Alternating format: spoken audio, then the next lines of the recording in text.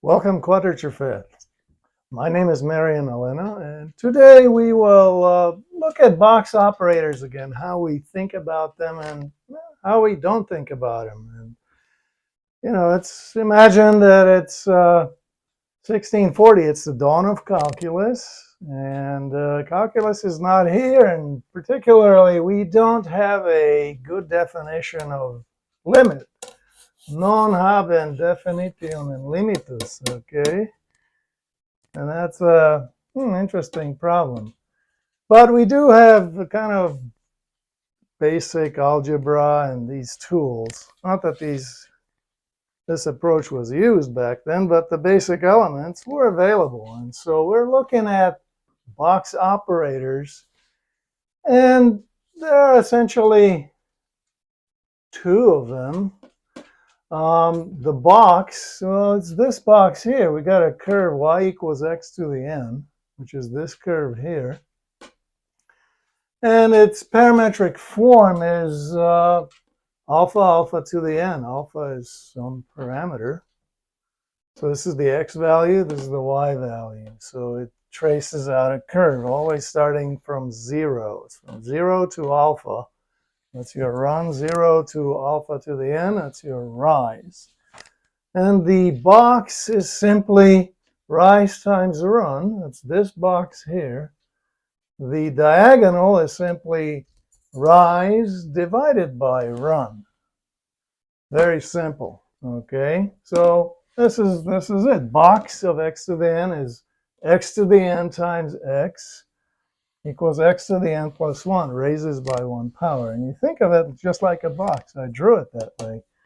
The diag of x to the n, well, that's this diagonal here, and that's x to the n divided by x. And you see it as a diagonal, and it's x to the n minus 1. It decreases by 1 power.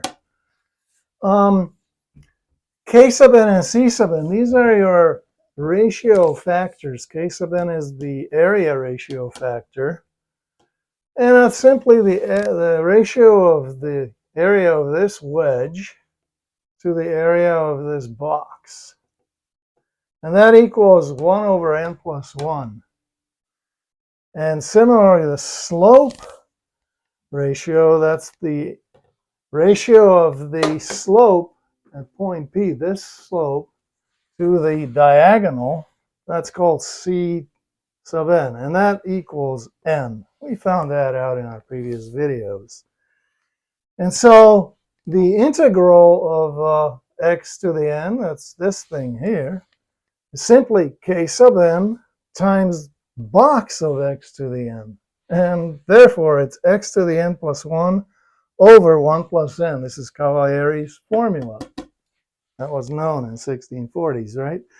Similarly, the derivative of x to the n, that's simply c sub n, some ratio factor, times the diag of x to the n, which is n times x to the n minus 1. For a curve like y equals x squared, well, that would be x third over 3. And this would be 2 times x. That'll be for if n equals 2, second order quadratic. And so we kind of think about these as definite integral starting from 0 to alpha, but also the notion of definite derivative, which similarly, this diagonal, well, it ranges from 0 to alpha, that's its run, and 0 to alpha to the n, that's its rise. And so rise divided by run, that's this diagonal, that's this huge thing. That's how we think about the derivative and the integral. It's this box thing times some fraction, like 1/2, 1/3. And similarly, the derivative, this tangent slope, is the diagonal times some number, like 2 or 3. Okay. how do we not think about the integral and derivative? Well, remember, it's not calculus yet. This thing's going to hit the fan in about 25 years. But right now, we don't have it. This is how you think of these things in calculus. Yeah, it's kind of a sum of these infinitely small values called dx. Dx is something that approaches 0. It's something that's kind of infinitely small, and there's an infinite sum of infinitely small things. That's how we think about it. Of course, yeah.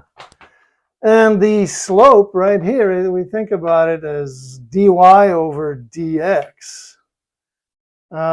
It's just that we don't have this good definition in 1640, so we don't use this approach. Here's